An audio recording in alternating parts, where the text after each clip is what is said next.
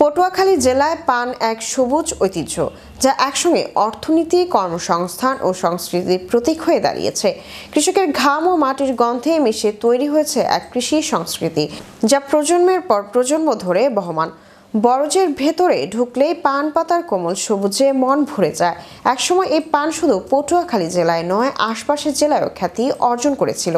তবে দিনে দিনে এই ঐতিহ্যবাহী পান চাষ থেকে মুখ ফিরিয়ে নিচ্ছেন চাষিরা।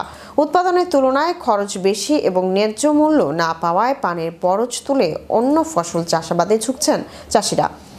চারুবালা রানী বলেন, পুরুষের পাশাপাশি পানের বরজে আমরাও কাজ করি। বরজে পানি দেওয়া, গাছের পাতা পরিষ্কার করা, রোগ আক্রান্ত পাতাগুলো আলাদা করা আমাদের কাজ। বাজারে দাম কমে যাওয়ায় ঠিকভাবে পারিশ্রমিক পাওয়া যায় না। চ্যানেল ইউরোপের প্রতিবেদকের সাথে সরজমিনে কথা হয় পান চাষিদের সাথে। তারা বলেন, পান বেশি হইবি সেই সময় দেখা গেছে দর কমিয়ে যায়। এখানে পাই মনে করেন 300টা 250টা, আবার ঠেলিও হালাই দেয় নদীতে কত কি। এই সেরম পরিবেশও একদিন এরম বারের কি আছে। এখন শীতে পান কম ফোড়ে, গরমে পান ভালো ফুটলে সেখানে আবার দাম কম, ও লাভ লস হাই। বাংলা হ্যাঁ মনে করেন এটা দর একটু কমবে, এখন একটু দর ভালো আছে, পান ভাঙ তাই না।